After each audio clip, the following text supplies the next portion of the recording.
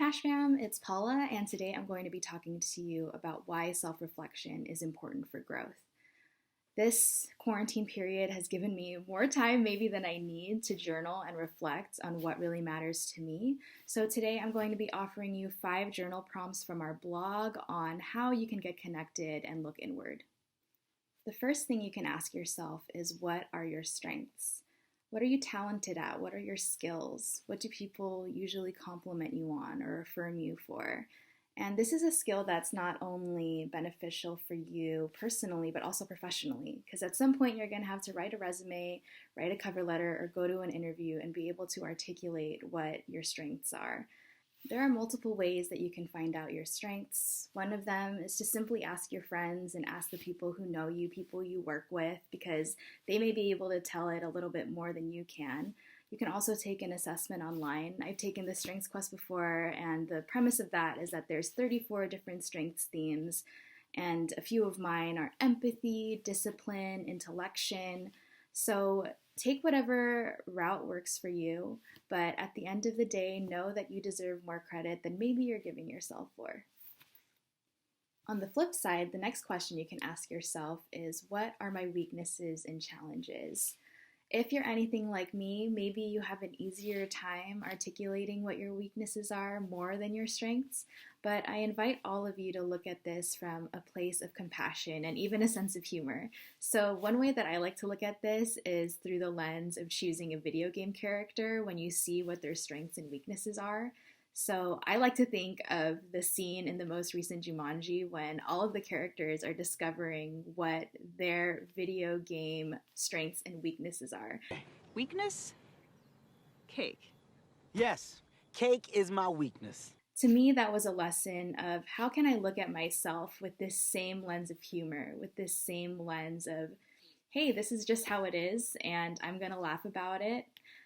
I've been attending a retreat during this quarantine period, and I want to share with you some wisdom that they offered that I think will be beneficial to you as well. One of the things they said was, don't look at your imperfections and shortcomings as demons, but look at them as little siblings who are needing to be loved. That just hit me different because I have always demonized my dark side. I've always been a perfectionist and wanting to be the person who knows what to say at the right time, who does everything right the first time. But that just isn't me, and I don't think that's really any of us. So as you reflect on your weaknesses, look at it from a place of compassion, look at it with a sense of humor, and think of it as just a part of yourself that needs some more love. The third question you can reflect on is, what makes you happy?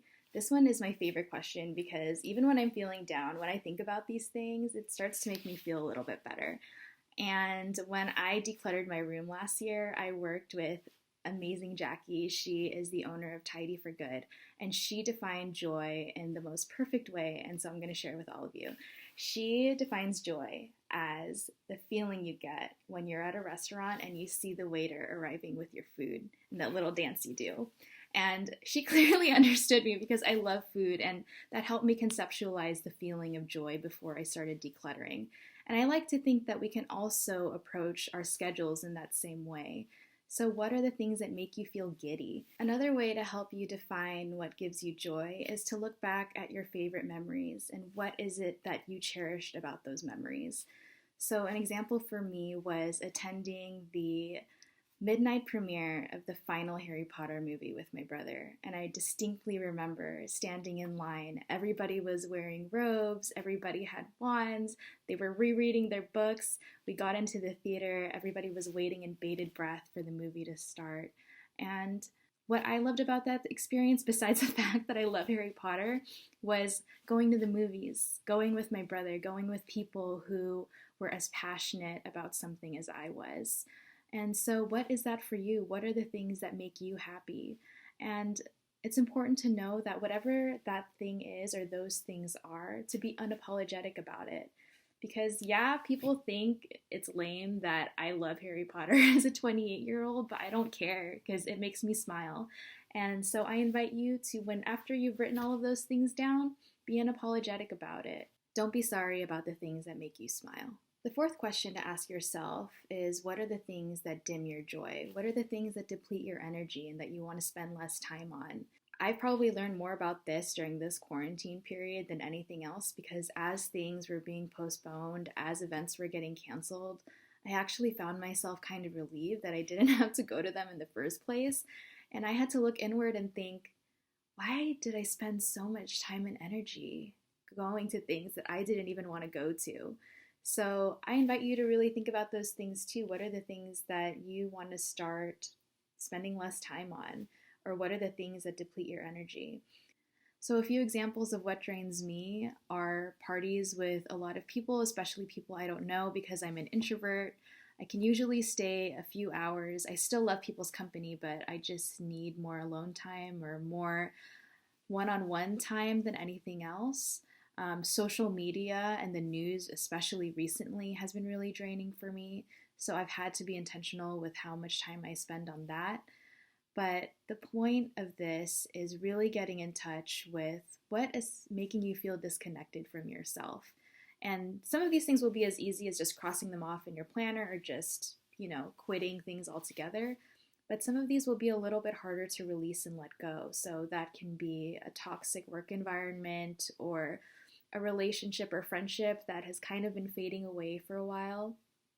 And that's why I feel like this question is probably one of the more difficult ones, is that it's very personal and a lot of feelings come up that may be really hard to deal with and confront.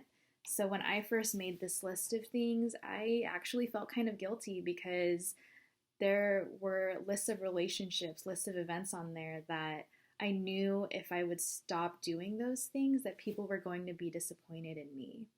And so as you reflect on this, try to do it alone or to talk it over with somebody that you really trust. And just as you are unapologetic about what makes you smile, also be confident in how you protect your energy. The fifth and final question that you can ask yourself is, what changes do I want to make? So now that we've looked at our strengths, what gives us joy, what depletes our energy, we have a clearer sense of what we want our schedule to look like. So what are small, consistent changes that you want to begin implementing into your schedule? For me personally, I like to practice future self-journaling. That was conceptualized by the holistic psychologist who we'll link below.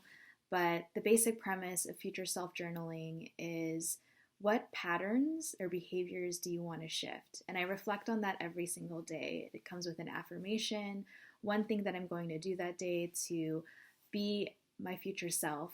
And it's really helpful because I think it's important that when we think about change, it's usually not a quick thing and it doesn't happen overnight.